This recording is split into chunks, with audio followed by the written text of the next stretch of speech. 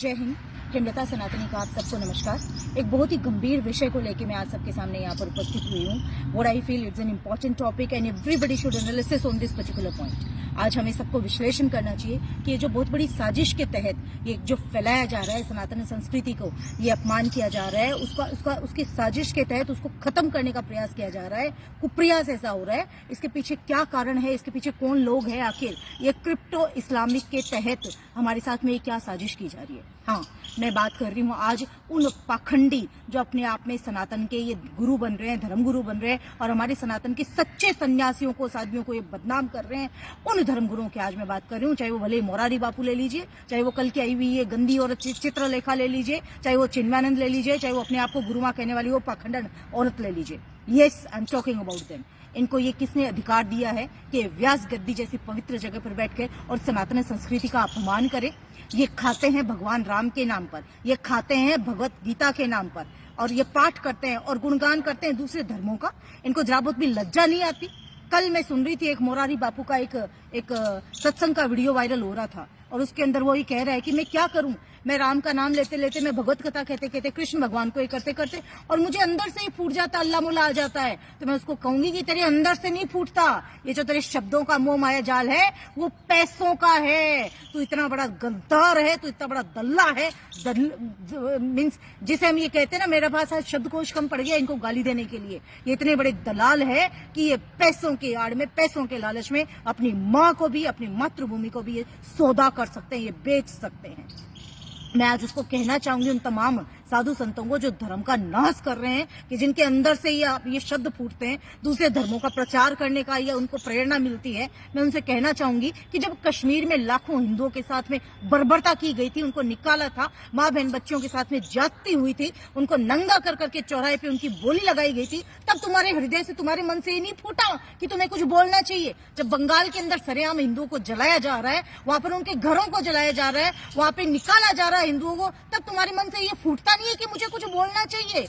जब तुम्हारे नाक के नीचे सैकड़े हिंदू गांव, पूरा के पूरे एरिया आज हिंदू विहीन हो गए हैं, तब तुम्हारे शब्द से, तुम्हारे अंदर से ये नहीं आता कि मुझे कुछ बोलना चाहिए। जब हमारे धर्म के प्रतीक, हमारे साधु सन्यासियों का मॉब लिंचिंग की जाती है, उनको घेर के मारा जाता है निर्दोष लोगों को, तब तुम्हारे मन से ये नहीं फूटता कि मुझे कुछ बोलना चाहिए। जो आज तुम ये बोलने लग गए कि दूसरे धर्मों का प्रचार कर रहे हैं, ये जो तुम्हारे क्रिप्टो इस्लामीकरण के लिए जो तुमने पैसा लिया है, जो तुम्हारे पास में अरब से ये करोड़ों रुपए का फंड आ रहे हैं, बड़े बड़े लाखों करोड़ों के तुम पंडाल सजा के, लाखों हिंदुओं को बुला के जो तुम परोस रहे हो, जो तुम दिमागी रूप से उनका धर्मांतरण करवा रहे हो, भारत में मैं बता रही हूँ कि ये सनातन समाज तुम्हें बख्शने वाला नहीं है।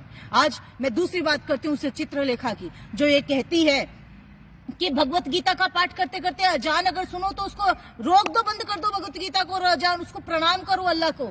अरे तुम्हें ये किसने ठेका दिया भाई धर्म का?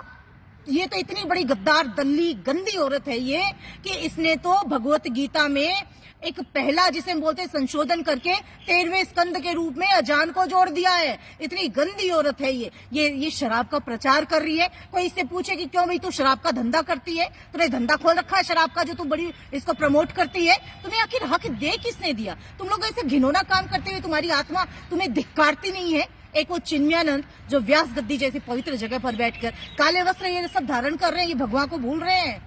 ये काले वस्त्र धारण करते हैं, वहां पे मुजरा के गीत गा रहे हैं, वो फिल्मी धुनों पे ठुमके लगवा रहे हैं, और वहां पर वो हमारी आने वाली पीढ़ियों की, हमारे युवाओं की, हमारी औरतों की वो जो मानसिकता चेंज कर रहे हैं, वो क्रिप्टो इस्लामीकरण का ये पाठ पढ़ा रहे हैं। वो शायद भूल गए कि जहां जहां सनातनी कम हुए वहां अलगाववाद की स्थिति आ गई है। कश्मीर में क्यों अलगाववाद की स्थिति आई है भाई? ये गुजरात में तो नहीं आई है, राजस्थान में तो नहीं आई है, या जहां जहां हिंदू बहुसंख्यक है वहां तो नहीं आई है।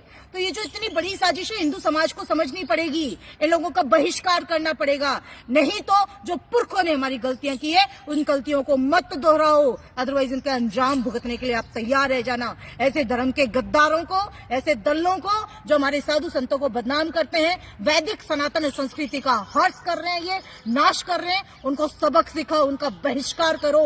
और एक बात और इम्पोर्टेंट कह रही हूं मैं, कल मैंने एक कमेंट किया था, इन्हीं लोगों के ऊपर। तो मुझे फेसबुक से ब्लॉक कर दिया गया 24 घंटे के लिए। इनकी बकायदा एक टीम सक्रिय है कि जहां जहां अगर कोई हिंदू अपने पक्ष की बात रखे उसको ब्लॉक करवा दिया जाए, क्योंकि पता है कि हिंदू तो मरा पड़ा है, सोया पड़ा है, उसके अंतरात्मा जाग नहीं रही है। अतः आज आपको कसम है, आपको अपने धर्म की कसम दिलवाती हूँ कि ऐसे लोगों का बहिष्कार करना, और ये वीडियो रुकना नहीं चाहिए। जितना ज्यादा हो सके शेयर करो। ये हो सकता है मेरी आईडी को ब्लॉक करे, लेकिन अगर ये लाखों करोड़ों की तादाद में गया तो कोई आईडी ब्लॉक नहीं होगी। अतः इस वीडियो को रोके नहीं, और मैं चाहती हूँ कि उन दलों तक ये मेरी आवाज जाए ताकि वो अपनी औकात में रहें और वैदिक सनातन सभ्यता को बदनाम करने की, बर्बाद करने की साजिश ना करें। अगर उनको पैसों की इतनी भूख है, अरब से आए हुआ पैसों की इतनी है, तो अपनी माँ बहन बेटियों को आगे करने में भी वो शर्माते नहीं है। इतने गद्दार लोग हैं, उनका बहिष्कार करना है, ये तय आपको करना है। अदरवाइज नतीजा भुगतने के लिए आप तैयार रहें।